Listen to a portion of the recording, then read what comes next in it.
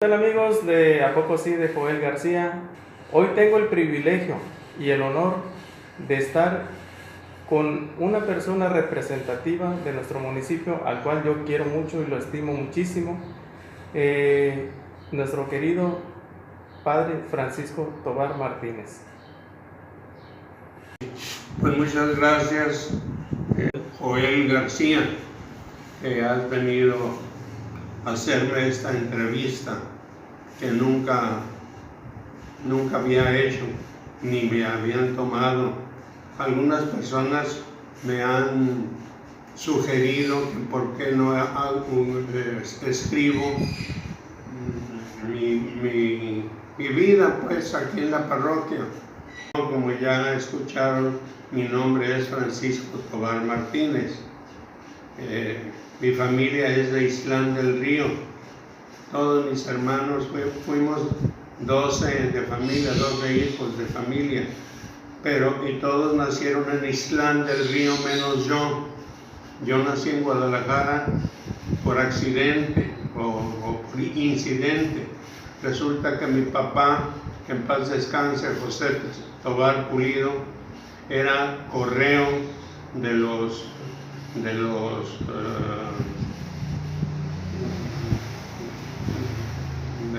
cristeros, y entonces había un coronel allí en Islán que lo traía en la mira para justiciarlo, y por eso mi papá, con los 3 hijas que ya tenían, mayores que yo, se fue a vivir a Guadalajara junto con mi mamá, y alquilaron una casa allá en Guadalajara por la calle Clavel, allí cerca de donde está el sanatorio del Sagrado Corazón. Y mi papá buscó trabajo y encontró trabajo con un joyero muy renombrado allá en Guadalajara. Y cuando ya se acabó la persecución religiosa en 1929, que hubo ya un concordato del gobierno civil con el gobierno de la iglesia, entonces ya mi papá se regresó a Islán, ya con 3 hermanas mayores que yo, y yo que nací allá en Guadalajara, y allí fui bautizado en la parroquia de San José de Analco.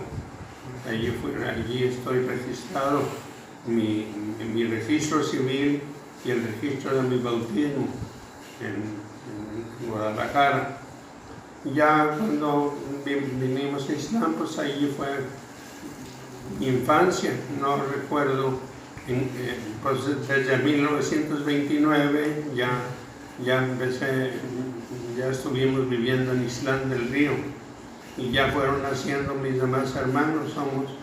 Fuimos 12, como te dije. Y cuando le preguntaban a mi mamá, doña Chepa, ¿cuántos hijos tiene? Y ella, pues es una anécdota medio curioso, porque ella decía 9 mujeres, 2 hombres y el padre, porque fuimos 3 hombres. Y luego yo le decía, oiga, pues luego, ¿cómo que 2 hombres y el padre? Luego yo no soy hombre. No, dice, pero es que tú eres una cosa muy especial, por eso digo que 2 hombres y el padre, pero pues claro que eres hombre. Claro. Pero pues, sí le daba risa a la gente que decía eso, 2 hombres y el padre. Acaba su anécdota. Bien, pues allí ya empecé junto con mi hermano que sigue de mí, que se llama Antonio Tovar Martínez. Estudió fotografía con un fotógrafo de Islán muy famoso, don Víctor Chávez Pulido, y allí se enseñó a retratar, allí ayudándole a mi tío. Y los dos entramos a una escuelita particular que estaba enseguida de mi casa, de unas señoritas apellidadas Contreras. Doña Chabela Contreras era la maestra, y su hermana Toña Contreras, que era la que lavaba y planchaba la ropa del templo. En ese tiempo el párroco de Ixtlán era Monseñor, bueno, antes el señor cura don Justo Barajas, que después fue el primer monseñor que hubo en la diócesis de Tepic, don Justo Barajas. Y entonces, pues ya entré de acólito, por medio del sacristán, que se llamaba Antonio Castillo, le mandó decir a mi papá que quería que yo fuera acólito, y entré de acólito de niño, pues como de unos 9 años, yo creo, y éramos varios acólitos. Y mi mamá, en paz descanse, era una familia grande también, y tenía un hermano sacerdote que fue durante casi 40 años el párroco de Tecuala, Nayarit, que se llamaba Antonio Martínez Inda. Mi mamá era Josefa Martínez Inda, y un primo hermano mío, hijo de una hermana de mi mamá que vivían en Tetitlán, también entró un año antes que yo, entró al seminario en Tepic, por la calle Zaragoza, era Zaragoza, una cuadra antes de donde vivía el señor obispo don Anastasio Hurtado. Estaba el seminario menor, se llamaba, donde estudiamos, aparte de otras materias, principalmente latín y griego. Y ese primo hermano mío entró primero que yo, y él me animó a entrar al seminario. Y también lo mismo el hermano sacerdote de mi mamá, el señor cura, que fue de Tecuala, pero que primero estuvo en Mascota y de ahí lo cambiaron a Tecuala. Él me animó. Yo entré, mi hermano y yo, pues te digo, entramos a esa escuelita que se usaban antes, porque las escuelas de gobierno, la iglesia no permitía o tenía prohibido a los padres de familia meter a sus hijos en las escuelas de gobierno, porque estaban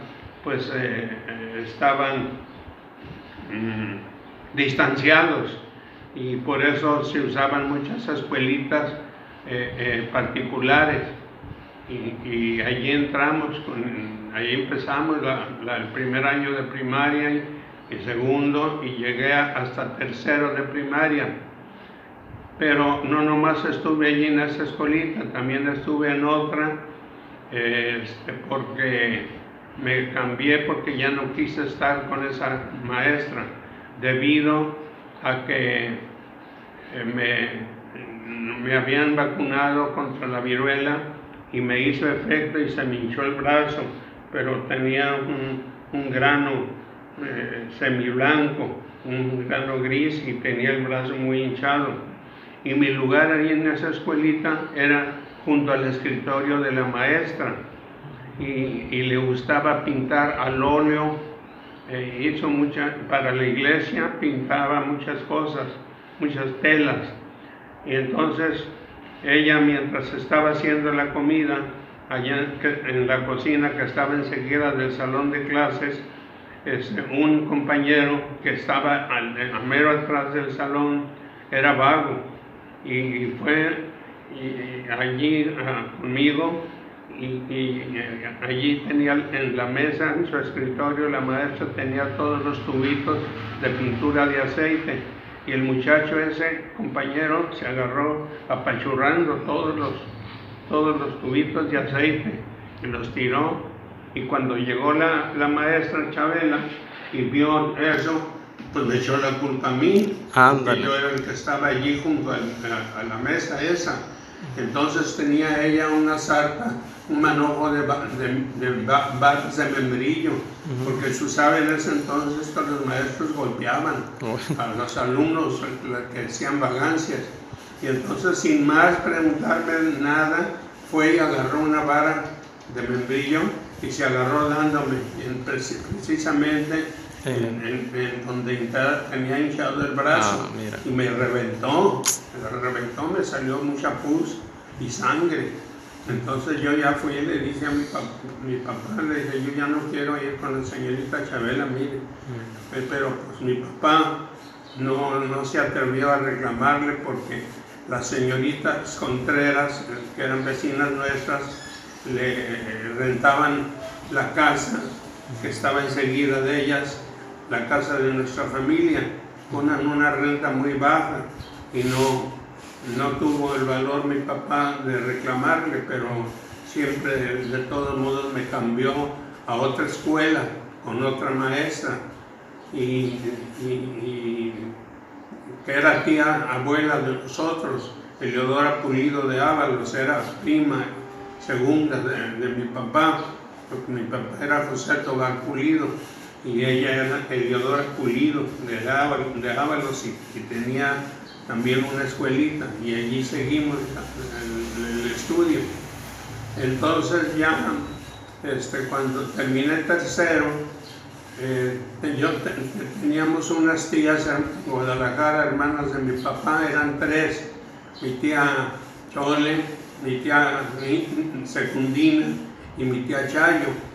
Y entonces le dijeron a mi papá que por qué no me mandaba a Guadalajara a seguir mis estudios en un buen colegio, y que ellos se encargaban de pagarme la colegiatura. Pues me mandaron a Guadalajara y allá viví con ellas junto con otras 2 o 3 hermanas que también las invitaron a mi papá a que las mandara con ellas para que trabajaran. Una de ellas trabajaba, 2 de ellas trabajaron en Teléfonos de México y otra trabajaba en una tienda de ropa muy famosa. En fin, pero pues eran muy duras mis tías, muy duras, me cuereaban seguido, y con el cordón de la plancha me fustigaban cuando hacía alguna vagancia, porque yo era medio vaguito, me hacía muchas travesuras.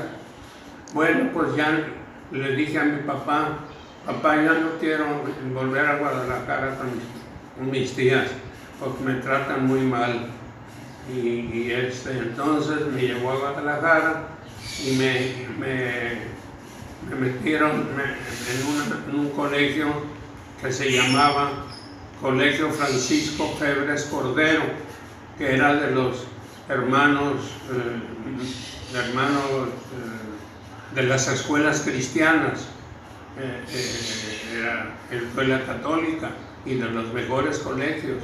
Allí me admitieron ya a 4º año, porque pues, mis maestras que tuve en Islán me enseñaron mucho, y entonces me admitieron a 4º año en el colegio Febres Cordero, y después me cambiaron a otro colegio que ya se llama Luis Silva, porque estaba cerca de una tía de mis papás y de mis tías que quedaba muy cerca de esa escuela, y entonces me cambiaron al colegio Luis Silva hasta 5º año. Y fue pues cuando ya le dije a mi papá que yo ya no quería volver a Guadalajara por el maltrato que nos daban mis tías. Dios las tenga en el cielo, les debemos mucho, las quisimos mucho. Yo cuando ya llegué de sacerdote, pues y ya tenía algunas entraditas, mis hermanas que trabajaban y yo juntábamos dinero, les llevábamos despensa a mis tías. Una de ellas se dedicaba a fabricar ornamentos para el sacerdote, gasullas, estolas, capas pluviales, manteles para el altar. La otra tía llamada Soledad, mi tía Chole, ella sabía bordar muy bonito, y ella me hizo mi primera casulla bordada en hilo de oro, pero no de oro falso, pues. Pero ella me me bordó mi primera casulla y esa la estrené el día de mi ordenación, el día de mi primera misa, en mi ordenación sacerdotal. Y la otra hermana, mi tía Chayo, sabía tejer de gancho y me hizo una sotana de la cintura para abajo tejida en hilo a gancho, a mano, y la llevábamos antes cota o sobrepelliz, que llegaba hasta las rodillas y se usaba no para celebrar la misa, sino para bautizar, para ceremonias menores. Bueno, pues entonces ya por fin, cuando ya le dije a mi papá, yo ya no quiero ir a Guadalajara, mejor me quiero entrar al seminario. Y porque mi tío, que era párroco de Tecuala, también me animaba, porque los maestros de las escuelas cristianas de ese colegio Febres Cordero me invitaban para que entrara con ellos. Pero mi tío, el señor cura de Tecuala, Antonio Martínez, me dijo, no, ¿qué vas a hacer ahí? Ahí ya nunca vas a ver a tus padres y ya no los dejan salir y entonces mejor vete al seminario. Pues le hice caso y entré al seminario de Tepic por allá en el año de 1947 o 48, cuando entré al seminario, que estaba por la calle Zaragoza, a una cuadra de donde vivía el señor obispo en Estacio Hurtado. Entonces ya éramos dos primos hermanos en el seminario. Allí hicimos 3 años, porque era el seminario menor, y se llamaba el latinado, porque especial, aparte de ciencias naturales, nos daban clases de latín y de griego.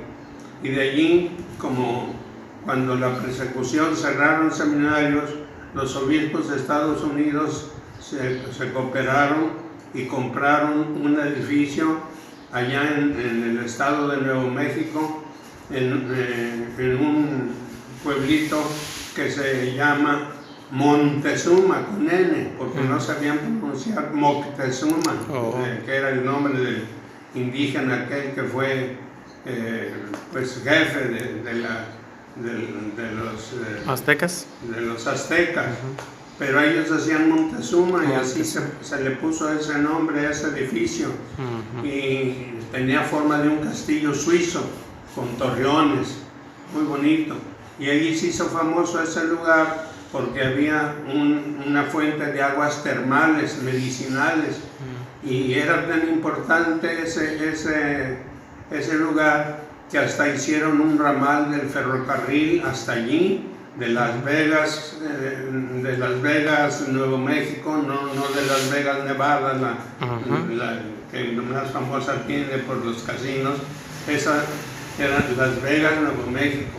Y allí en Montezuma estudiamos 3 años filosofía y otras ciencias, y luego después pasamos a estudiar la última etapa de la formación sacerdotal, que se llamaba el teologado, porque estudiamos teología y las ciencias eclesiásticas.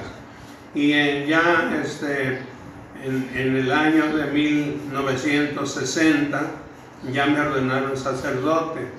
Tuve la dicha de que mis papás fueron los únicos, nos ordenamos 12, el señor obispo de Santa Fe, don Edwin Vincent Byrne, fue el que nos ordenó de sacerdotes allí en la capilla del seminario de Montezuma. Pero de todos mis compañeros, el único que tuvo la dicha de que estuvieran presentes sus padres fui yo, porque mi papá, en paz descanse, trabajaba en salubridad, era el inspector sanitario y era muy amigo de la jefa, diremos, no hay la otra palabra, de la terminal de los ómnibus de México. Y entonces esa señora le regaló a mis papás el viaje hasta Ciudad Juárez, gratis, ida y vuelta. Y un amigo que tenía, un compañero que tenía en el seminario, que se salió del seminario, era de una familia muy rica de Guadalajara, se apellidaba Dip, eran árabes, y entonces él vivía en Ciudad Juárez, y nos escribíamos porque éramos muy amigos. Entonces él, cuando llegaron mis papás a Ciudad Juárez, él fue a recogerlos a la terminal, y de allí los llevó en su carro hasta el seminario, y allí se estuvo los días que estuvieron allí mis papás, y los trajo otra vez a Ciudad Juárez, y ya los embarcó pues en el ómnibus de México para regresar a Islán del Río. Así es de que pues la primera misa que celebré fue al día siguiente de la ordenación, porque en la ordenación sacerdotal no celebramos misa, no éramos celebrantes, éramos apenas, nos ordenamos sacerdotes. Y al día siguiente celebré mi primera misa en una de las capillas del seminario, y mi acólito fue mi papá. Y cuando ya nos ordenaron de sacerdotes, la primera bendición que di como sacerdote fue a mi papá y a mi mamá, y a toda mi familia que estaban pues acá en Islán del Río. Para ellos les envié de lejos, desde allá, la primera bendición sacerdotal. Esa dicha tuve, que tanto le agradezco a Dios nuestro Señor, que pues nos haya dado ese privilegio. Bueno, pues ya cuando terminamos en el seminario de Montezuma, nos mandaron a mí y a mis compañeros de Tepic, que éramos 6, nos mandaron al seminario de Guadalajara a estudiar un año más, como se dice ahora en algunos empleos, el año de servicio.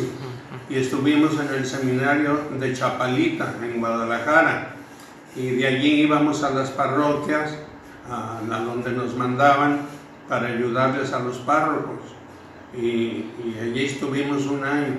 Ya de allí, ya terminamos, nos vinimos mis compañeros y yo, los 6, a Tepic, a ponernos a las órdenes de nuestro obispo, que era el señor Anastasio Hurtado, para que nos diera nuestro destino, a dónde nos iba a mandar. Y en esos días, mientras nos daba el nombramiento, me dijo: pues aquí quédate ayudando al párroco aquí de Islán, que era el monseñor José Casillas. Pues después que murió el párroco, don Justo Barajas, que fue el primer monseñor de la diócesis, mandaron a Islán al que era párroco de Aguacatlán, don José Casillas, y allí estuve 2 meses ayudándole en la parroquia de Islán, cuando ya me llegó un telegrama que me destinaban a Mascota. Y en esos días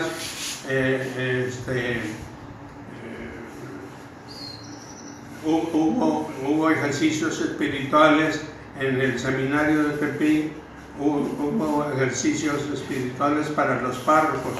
Entonces asistió mi tío, el que era párroco de Tecuala, y cuando se dio cuenta que me habían destinado a Mascota, fue con el señor obispo Hurtado y le dijo: oiga, señor obispo, yo le pido un gran favor, que no quisiera que me lo negara, que no mande a mis sobrinos a Mascota, porque mi mamá padecía mucho el asma y seguido se ponía muy mal, de grave. Pasaban noches enteras en el patio mis hermanas con unos cartones o sopladores dándole aire porque no alcanzaba respiración.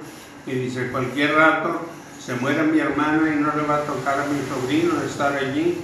Entonces, ¿por qué no lo manda conmigo a Tecuala? Y al otro sobrino también ya lo tenía en Tecuala, al que era de Tetitlán, que por cierto, después de Tecuala lo mandaron a Compostela, y después de Compostela lo mandaron a Talpa, y allá sufrió un accidente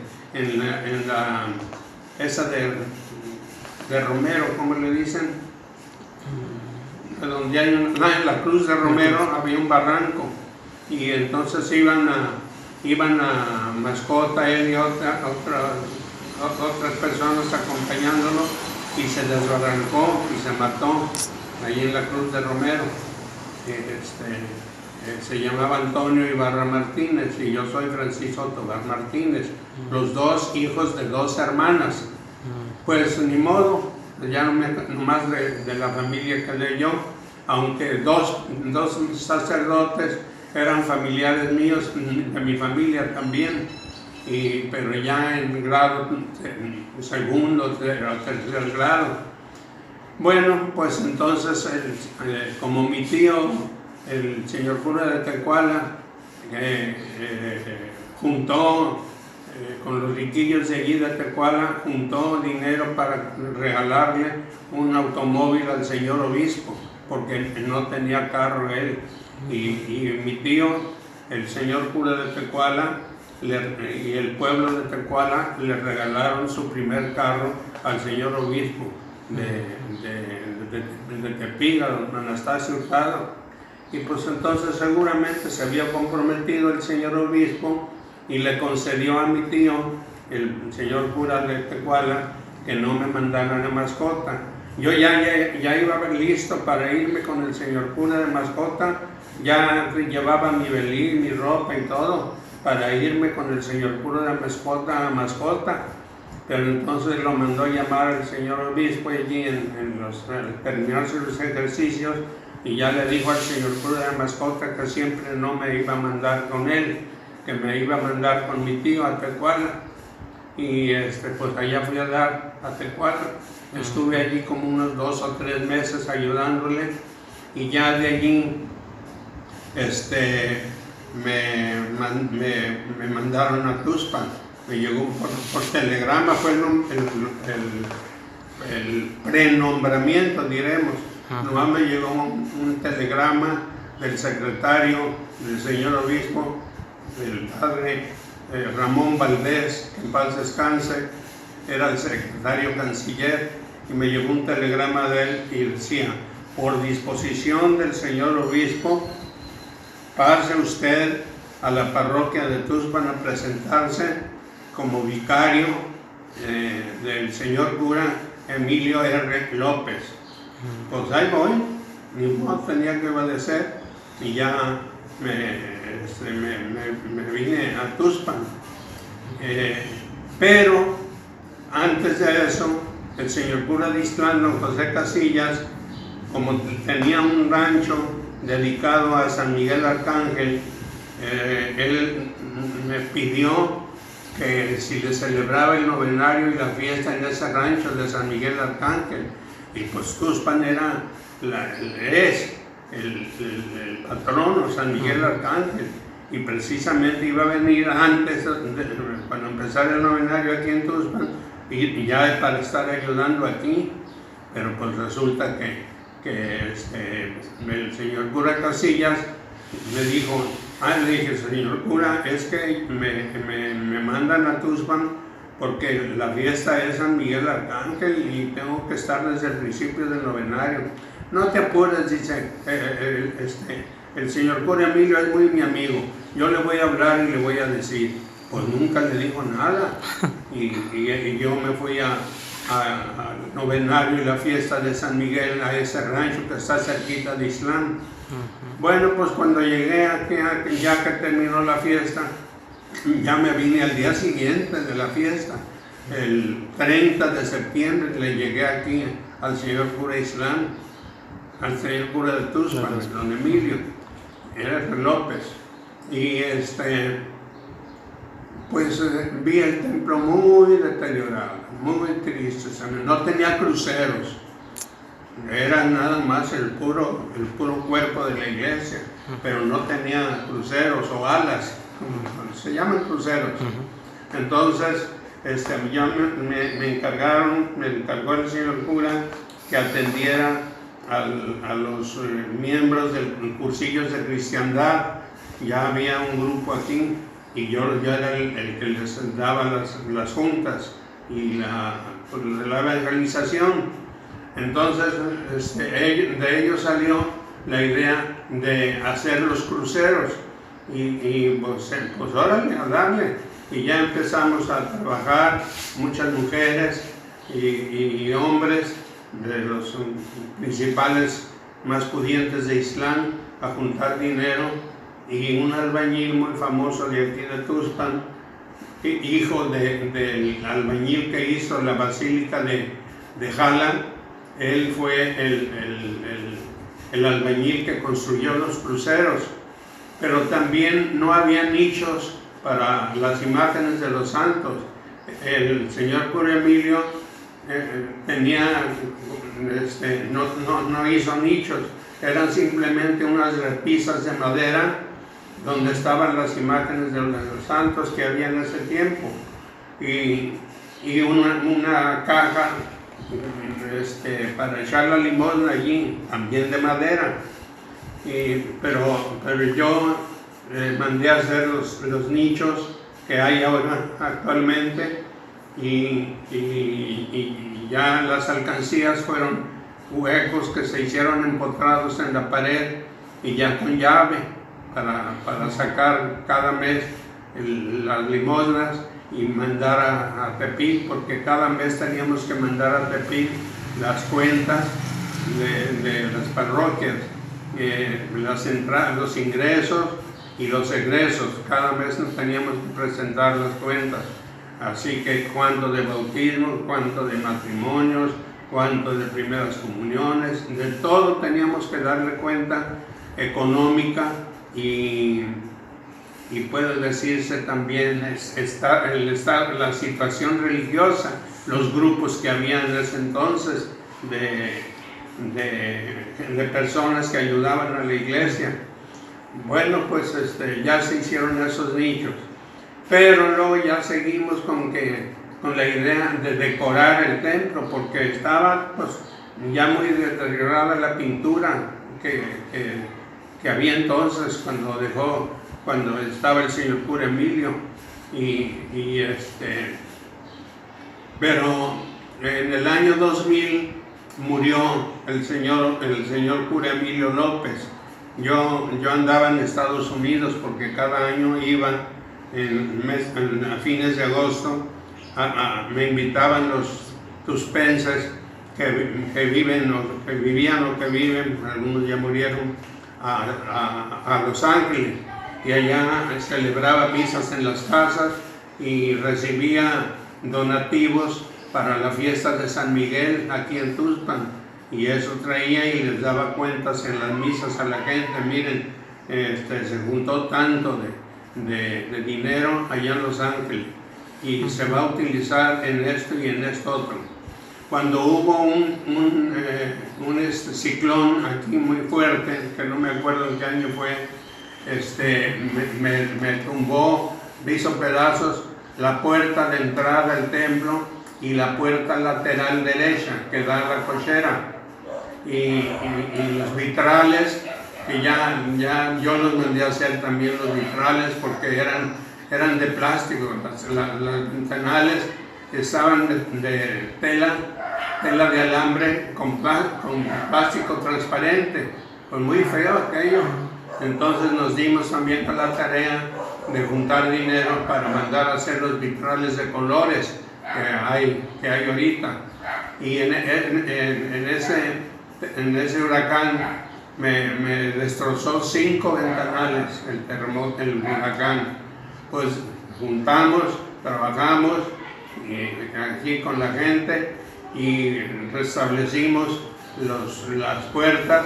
Me las hizo un carpintero muy famoso de aquí, Rubén Michel. Él me hizo de nuevo las puertas destrozadas, y los vitrales los mandé a hacer a Guadalajara, y ya quedó más bonita la iglesia. De ahí vino la idea de decorar el templo, y había un pintor muy bueno, muy famoso, que decoró primero la iglesia de Aguacatlán. Entonces quedó hermosísimo. Entonces pues nos decidimos, los grupos y yo, de invitarlo a eso se llamaba don José Zabalza, y le invité para que viniera a decorar el templo. Pues se vino, yo le presté, le di asilo ahí en el cuartito ese que está junto, donde está el puesto de tostadas de Lipa. Allí dormía él, allí vivía, y la asistencia de alimentación se la pagaba yo, donde estaba de asistido en cuestión de alimentos y lavado de ropa, con unas familias, con unas señoritas apellidadas Gallardo, Catalina Gallardo y Victoria Gallardo, y ellas nos daban la comida, y allí llevaba yo a comer al pintor, a don Pablo Zabalza, el decorador. Bueno, pues hasta que ya duró casi 2 años, no me acuerdo exactamente en qué año empezó y en qué año se terminó, pero te estoy platicando, Joel, que detrás del altar y allá arriba del coro, en la pared, está el nombre de ese decorador, don José Zabalza, y yo mandé poner un rótulo allí en la pared detrás del altar cuando se terminó de decorar, pero a la fecha no sé si todavía esté ese rótulo allí, porque nunca me he asomado. Entonces, pues ya terminamos de decorar y seguimos con las capillas.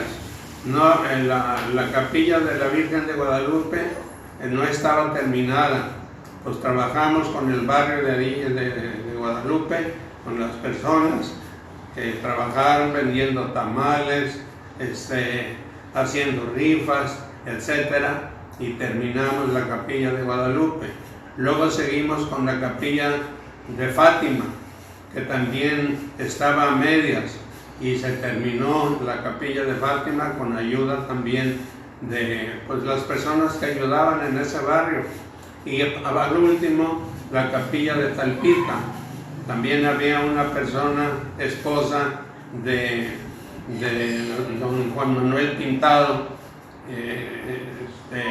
que fue la cabeza de comité que hicimos para hacer la capilla de Talpita. Se trabajaron, pues, yo creo que unos 2 o 3 años en hacer la capilla de Talpita, que ya les tocó terminar bien a los párrocos que les sucedieron a mí.